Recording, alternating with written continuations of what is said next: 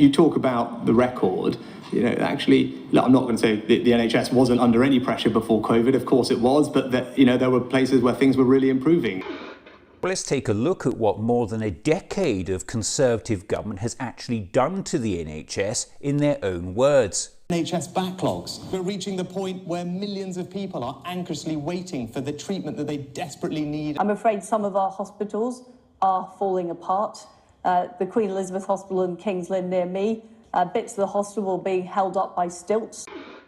And take a look at this FT graphic depicting the size of the NHS waiting list under Labour and then consecutive Conservative governments. And now the government, ever more desperate, is actually trying to con the public into believing the NHS has already been given the promised Brexit dividend of an extra £350 million a week. And that money is now in the NHS. This is the point. Theresa May unleashed a record funding settlement. The NHS already had the £350 million on the side of the bus. That was delivered by my right honourable friend, the member for Maidenhead, in 2018, with an extra £34 billion uplift to the NHS by 2023-24. It's absolutely shocking and completely untrue. The £34 billion of NHS funding originally announced by Theresa May had absolutely nothing to do with Brexit, and they all know it. In real terms, it was just £20.5 billion as it's over 5 years.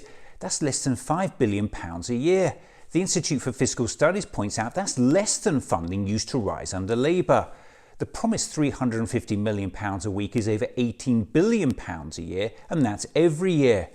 Never underestimate how thick this government thinks we all are. Something has to change. No argument from me on that one.